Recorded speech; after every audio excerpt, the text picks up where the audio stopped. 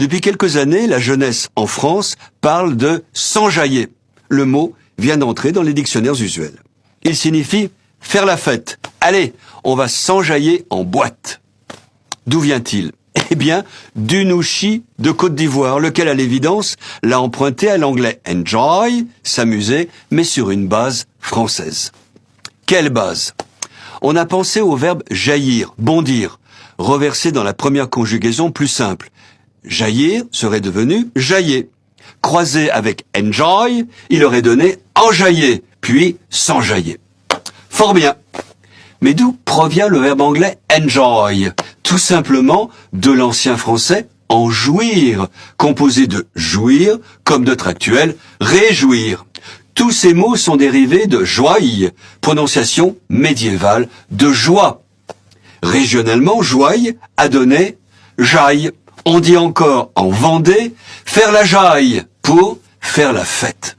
Voilà pourquoi un Vendéen de passage à Abidjan se reconnaît dans s'enjailler. En Côte d'Ivoire, les Ivoiriens ont débloqué un autre niveau avec la langue française. Je pense que pour un étranger qui vit en Côte d'Ivoire et qui vient d'arriver en Côte d'Ivoire, s'il n'arrive pas à s'adapter, il aura toujours l'impression que soit qu'on cause avec lui, on lui manque du respect ou encore on évite de parler de telle sorte qu'il comprenne ce qu'on veut dire. Et pourtant en Côte d'Ivoire, ils font juste preuve de créativité et d'innovation. Je le dis parce que eux-mêmes, ils ont créé leur façon de s'exprimer et bizarrement, ils se comprennent bien entre eux. Vous allez voir que généralement en français, lorsqu'on parle devant un mot ou encore devant une chose, généralement on va utiliser des articles. Et pourtant, eux, ils font l'effort de faire disparaître ces articles-là. C'est-à-dire, eux-mêmes, ils ont pris cette habitude d'enlever les articles devant chaque mot. Et parfois même, lorsqu'ils décident d'utiliser les articles, ils vont utiliser ça après le mot. Au lieu de dire par exemple que la voiture, ils vont dire voiture là. Vous voyez un peu. Et bizarrement, entre eux, ils se comprennent parfaitement. Ils n'ont pas de problème. Il n'y a que les étrangers qui ont des difficultés à les comprendre réellement. Et je tiens également à préciser que les expressions qu'ils utilisent aussi caractérisent leurs différentes humeurs. Ça caractérise les humeurs ou encore la façon avec laquelle ils se sont réveillés ou encore leur comportement. Comme il a dit ce jeune frère, parfois dans certaines circonstances, on va utiliser une phrase. Tu auras l'impression qu'on te manque du respect et pourtant pour eux, ils sont en train de te parler posément. Ils te parlent simplement. Ils ne sont pas méchants, au contraire, ils sont posés, ils te parlent gentiment. Mais toi, en tant qu'étranger, tu vas te dire que c'est parce que tu es étranger qu'on te parle comme ça. Tu vas te dire que c'est leur côté méchant. Tu vas te dire que c'est leur côté caché. Et pourtant, ils sont en train de te parler gentiment. Et maintenant, dans une autre circonstance, lorsqu'ils parlent gentiment, au contraire, ils sont en train de te parler méchamment. Toi, ils vont te parler comme ça, comme tu es étranger. Tu vas commencer à rire. Tu vas croire que non, on te fait des compliments. Et pourtant, il est en train de te montrer qu'il est très très fâché. Donc du coup, moi je pense que pour les étrangers qui partent en Côte d'Ivoire, c'est vraiment important d'apprendre à étudier leur façon de s'exprimer ou encore leur façon d'être. Parce que si tu n'apprends pas cela, tu auras l'impression qu'à chaque fois, on te met à l'écart ou encore à chaque fois on ne te respecte pas ou encore même qu'on ne t'aime pas. Et là, ce n'est pas bon. Et moi, j'apprécie beaucoup cette façon d'innover. Parce que la langue française, c'est une langue qui vient de la France. Et ça fait partie des langues avec lesquelles on nous a imposé. Mais sauf qu'en Côte d'Ivoire, c'est vrai, on a imposé cette langue-là, mais ils prennent cette langue, ils la modifient encore pour la donner un sens propre à leur propre façon de voir la chose. Et c'est ça qui fait leur particularité. Comme j'ai dit la dernière fois, vous devez savoir qu'en Côte d'Ivoire, il y a plusieurs façons de s'exprimer. Nous avons le nouchi, que tout le monde connaît en Côte d'Ivoire, bien sûr. Nous avons le nouchi brodé, qui est la version améliorée ou encore la version évoluée du nouchi simple. Pour entendre l'autre là, il faut vraiment être ce qu'on appelle un noussi. Il faut être un gorgor. Parce que là-bas, ça n'a rien à voir avec le nouchi que nous connaissons. Ça n'a rien à voir avec la langue française. Ça n'a rien à voir avec ce que vous pouvez même vous imaginer. Donc, c'est une langue qui est unique, qui est vraiment extraordinaire, dans le sens où, si tu n'es pas ivoirien de nature et de base, tu auras du mal à comprendre ce que ça signifie. Parce qu'il y a même des Ivoiriens qui sont nés en Côte d'Ivoire, qui ne connaissent pas le nushi brodé. Ils sont nés là-bas, mais ils ne connaissent pas. Et pourtant, ils sont ivoiriens. Vous comprenez à travers cela que si toi, alors, tu es un étranger, que tu n'apprends pas ça, tu ne vas jamais connaître ce que ça veut dire. Parce que moi, une fois, par exemple, j'ai eu le plaisir d'entendre quelques expressions en nushi brodé. Et honnêtement, j'étais étonné. J'étais surpris. J'étais vraiment surpris. Quelqu'un m'a prononcé cette phrase, par exemple. Tu vas lire l'heure. Vous savez que c'est une expression que on utilise un peu de partout, que ce soit en Côte d'Ivoire, au Cameroun, un peu de partout.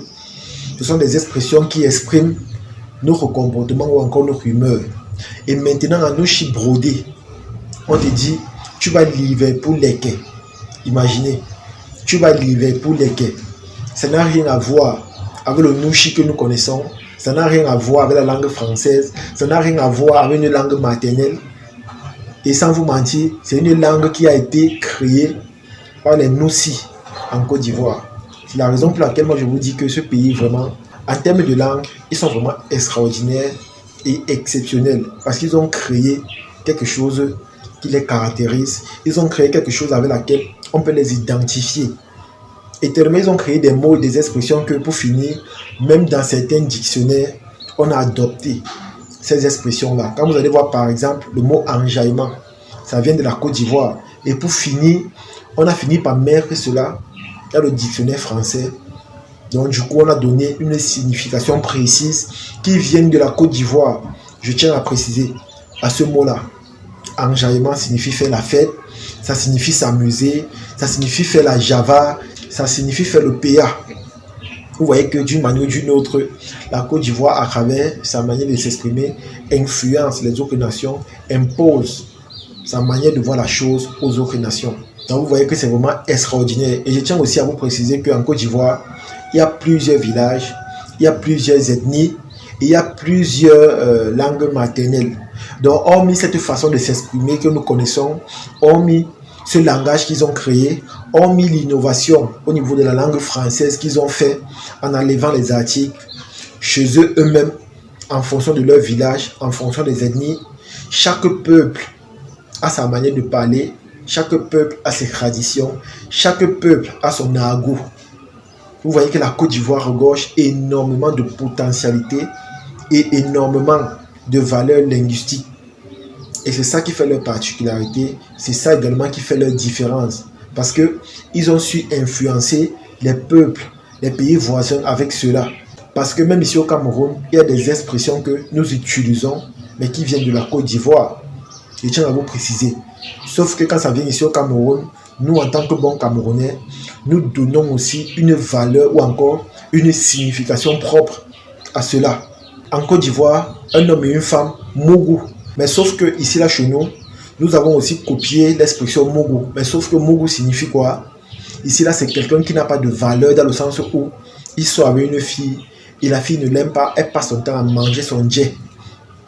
Vous voyez, elle passe son temps à manger son djé, pourtant elle n'a pas de sentiments à son égard. C'est de cette façon que nous avons donné la signification au mot Mougou. Mais en Côte d'Ivoire, c'est totalement différent. Et c'est comme ça qu'il y a plusieurs expressions que nous avons prises en Côte d'Ivoire et que nous aussi au Cameroun, on a donné notre signification. Et c'est comme ça que c'est devenu contagieux dans le sens où tout le monde parle de la sorte, tout le monde s'exprime de la sorte.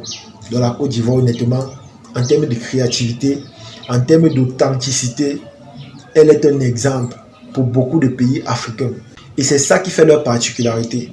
En tout cas, les amis, c'est ici que se termine la vidéo. J'espère que vous avez aimé. J'espère que vous avez apprécié. Je vous assure, en Côte d'Ivoire, si tu n'es pas né là-bas, tu auras parfois des difficultés à t'adapter.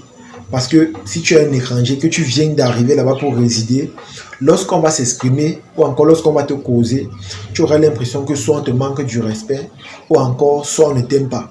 Et pourtant, quand tu penses qu'on te manque du respect, au contraire, il manifeste de l'amour à ton égard. Mais quand tu penses qu'on ne t'aime pas, c'est plutôt l'inverse. Vous voyez qu'il y a une grosse différence là-bas quand tu n'es pas quelqu'un qui est né dans ce pays ou encore quelqu'un qui a grandi là-bas. Comme on dit souvent, il faut être né en Côte d'Ivoire pour comprendre et connaître les Ivoiriens. En tout cas, les amis, c'est ici que se termine la vidéo. Partagez au maximum et on se dit à la prochaine. Ciao.